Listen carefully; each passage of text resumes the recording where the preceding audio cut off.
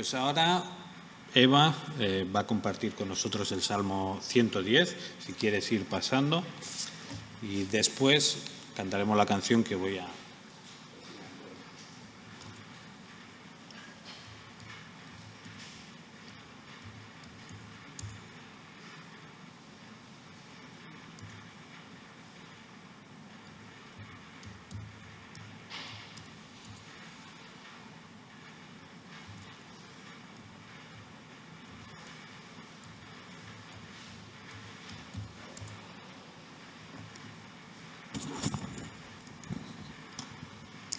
Bueno, la semana pasada estuvimos en el Salmo 22, que Marisa nos compartió, que hace referencia a la crucifixión de Jesucristo.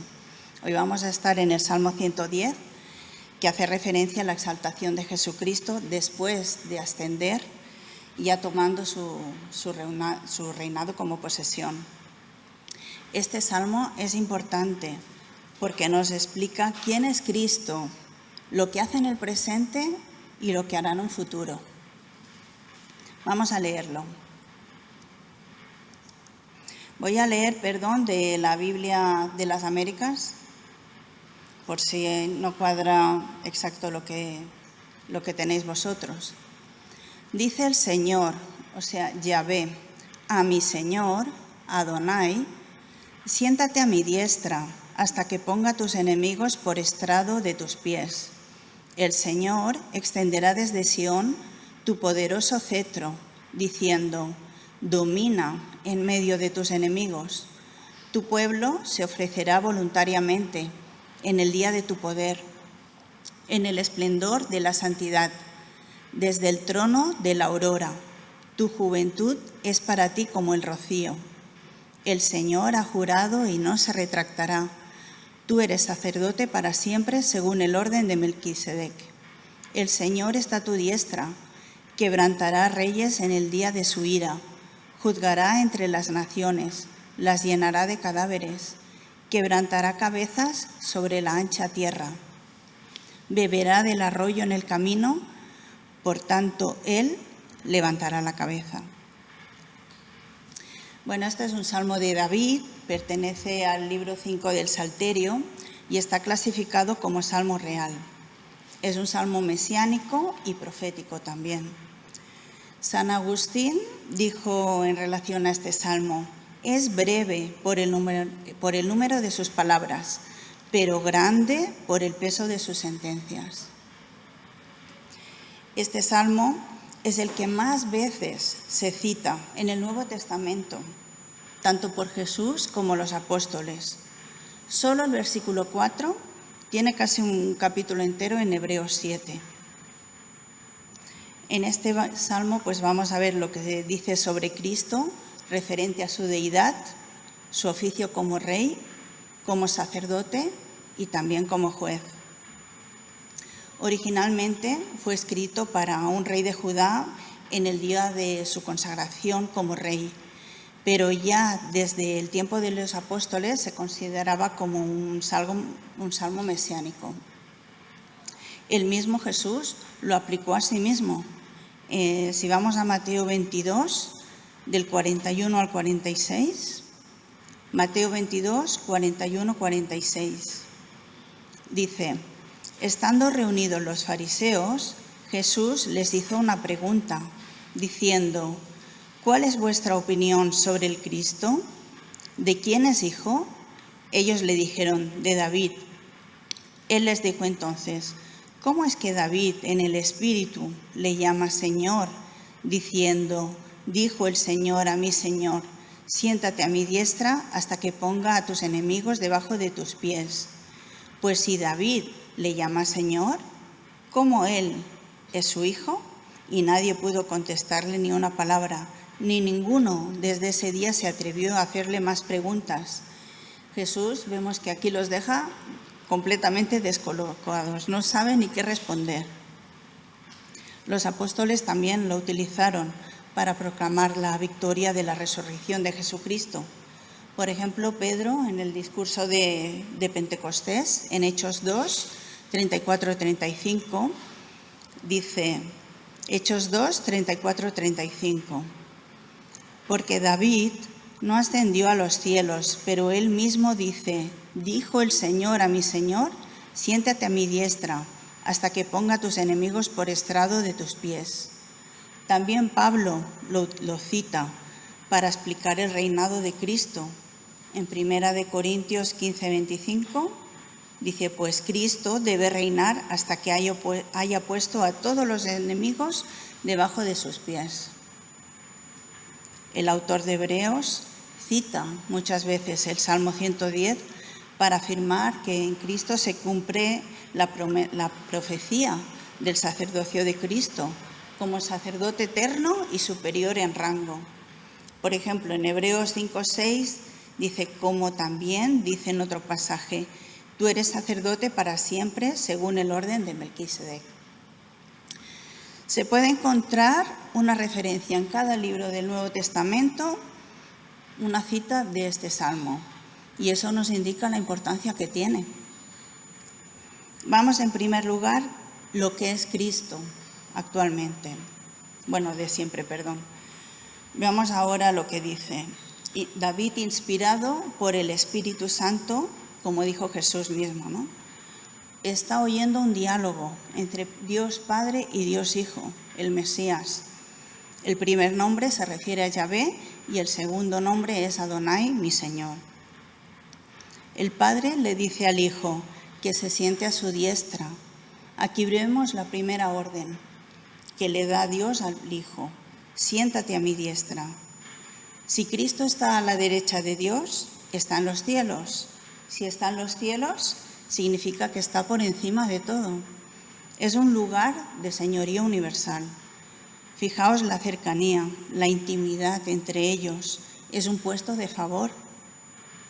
El trono indica poder, el dominio sobre todo lo creado. En resumen, nos da una imagen de Cristo como Dios, ya solo en el versículo 1. Vemos lo que hace ahora Cristo en el presente. En el versículo 2 vemos la segunda orden que le da Dios Padre a Dios Hijo y lo acredita como Rey. El Señor extenderá desde Sión tu poderoso cetro, diciendo: domina en medio de tus enemigos. El Padre le está ordenando que reine, que gobierne en medio de sus enemigos. Sión era una fortaleza que estaba en un monte en Jerusalén, la ciudad santa. El cetro era una bala de metal precioso que se ponía en la mano a los reyes como símbolo de poder y dignidad en el día de su coronación. Un teólogo del siglo XVIII, que se llama Adam Clarke, dijo: la vara de tu poder representa el Evangelio, la doctrina de Cristo crucificado, que es la vara poderosa del Señor que nos compró.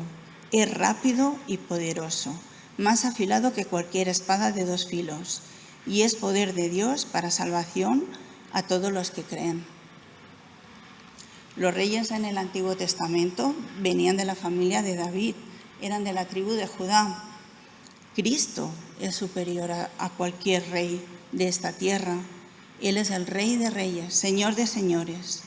Después de su obra en la cruz, Él regresa para sentarse a la diestra del Padre. Estar sentado es una posición de reposo. Ya todo está hecho, consumado es. Pero estar sentado también implica una posición de mando. Y es una posición permanente. Él se sienta para siempre, para ser Rey. Primera de Pedro 3:22 dice: quien está a la diestra de Dios, habiendo subido al cielo después de que le habían sido sometidos ángeles, autoridades y potestades. Jesús, pues, es el Señor y el Rey, que está sentado en el trono. Él gobierna en medio de todos sus enemigos, hasta que hayan sido puestos a sus pies, bajo sus pies.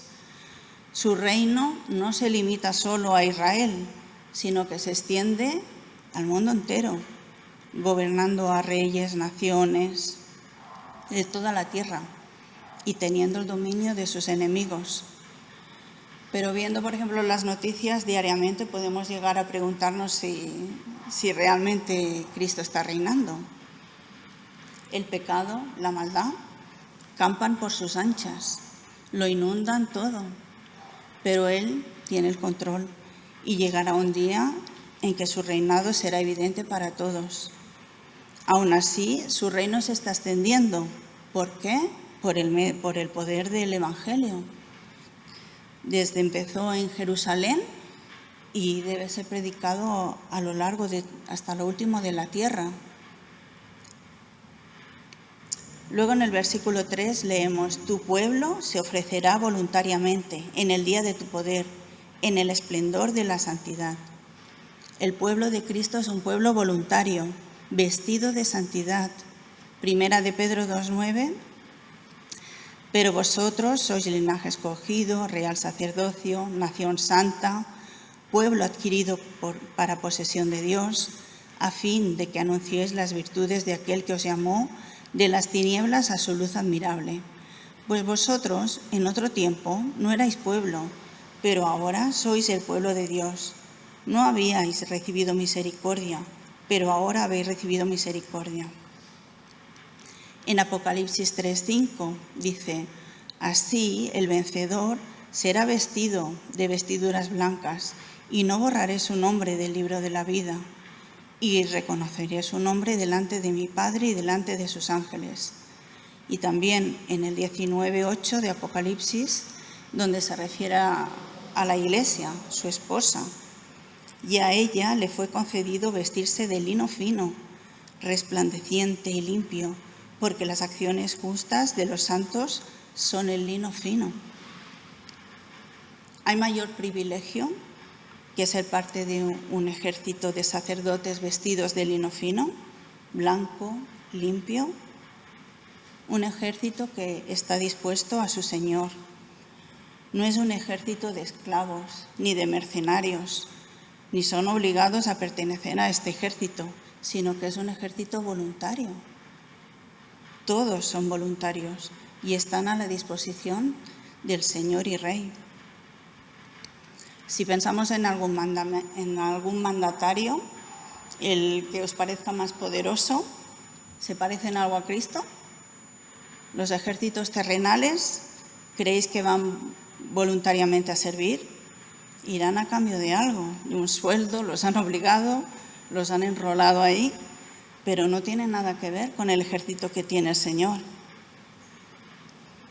En el versículo 4 vemos que Cristo no solo es Señor y Rey. Dios nombra y jura a Cristo como sacerdote para siempre.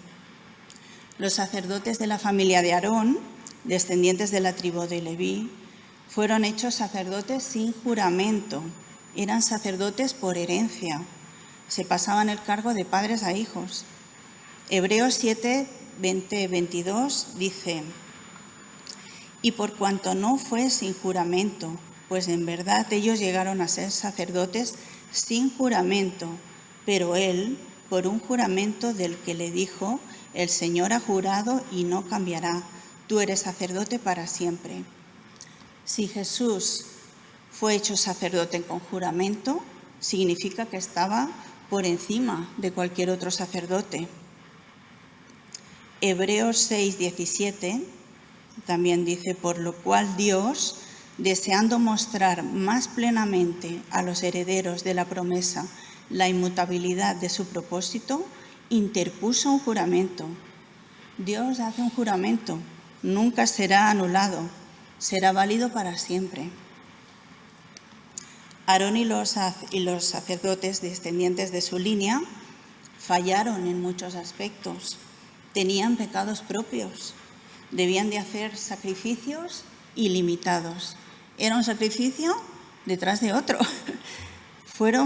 Además fueron vencidos por la muerte. Pero Jesús es distinto. Él no tenía pecado. Él ofreció un sacrificio único, perfecto, suficiente y para siempre. Con su muerte compró además nuestra paz con Dios. Romanos 5:1. Justificados pues por la fe tenemos paz para con Dios por medio de nuestro Señor Jesucristo. Cristo es sacerdote por la orden de Melquisedec, que es una orden más antigua y diferente a la de la línea de Aarón. Melquisedec es un personaje misterioso. Aparece solo 3 veces en la Biblia, en Génesis 14, 18, en este Salmo y en Hebreos 7. No aparece más. Su nombre significa Rey de Justicia. Fue rey de Salem, que significa Rey de Paz. Salem es el nombre antiguo de Jerusalén. Melquisedec también es sacerdote del Dios Altísimo. No sabemos nada de su origen, no se menciona ningún padre ni ninguna madre, no tiene genealogía, algo que en el libro de Génesis es tan importante, las genealogías. Melquisedec, rey de paz y de justicia, es único, por lo que se le considera como un tipo de Cristo. Lo sorprendente es que en Cristo se unen los 2 oficios, rey y sacerdote, que en el Antiguo Testamento estaban separados. Los reyes eran de la tribu de Judá, los sacerdotes de la tribu de Leví.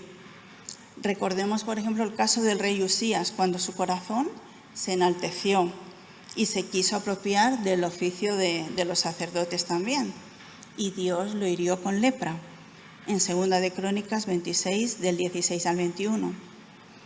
No lo voy a leer, pero San Agustín, voy a citar una cita de San Agustín, dijo: la soberbia no es grandeza, sino hinchazón, y lo que está hinchado parece grande, pero no está sano.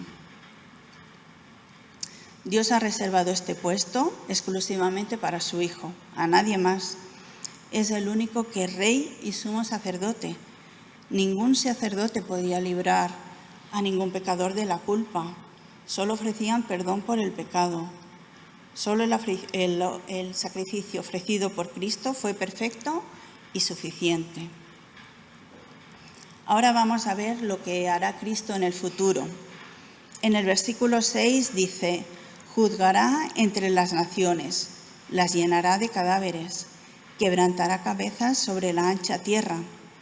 Aquí ahora vemos a Cristo como juez y guerrero, además de rey y sacerdote. Cristo se levantará de su trono, ya no estará sentado a la diestra del Padre, sino que el Padre estará a su mano derecha. Y esto indica su apoyo, y vendrá a juzgar a las naciones. Ahora el Señor se levanta para ir al campo de batalla. El ejército de voluntarios ya no está ahí. La segunda venida de Cristo tiene 2 partes. Una es cuando se encontrará con su iglesia, pero la otra es un tiempo de juicio. Es el día de la ira, el justo juicio de Dios. Solo Él tiene el poder para derrotar a sus enemigos, vencer al pecado y a la muerte, y gobernar como Rey universal. ¿Quién como Él? ¿Quién como Él? No hay otro igual.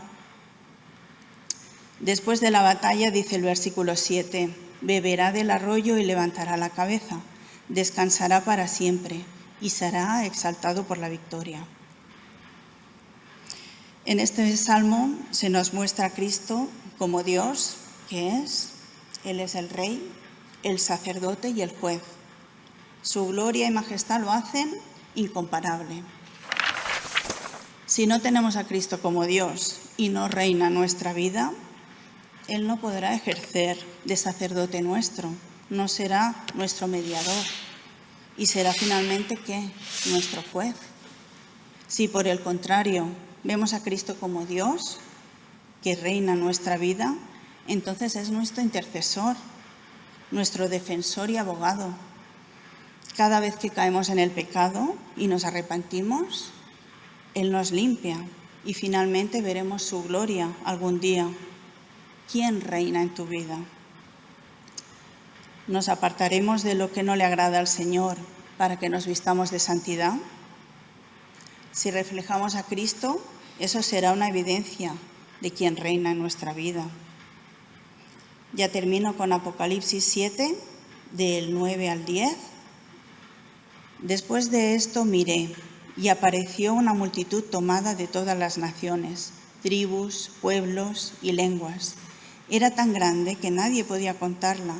Estaban de pie delante del trono y del Cordero, vestidos de túnicas blancas y con ramas de palma en la mano. Gritaban a gran voz: «La salvación viene de nuestro Dios, que está sentado en el trono y del Cordero». Que Dios nos ayude.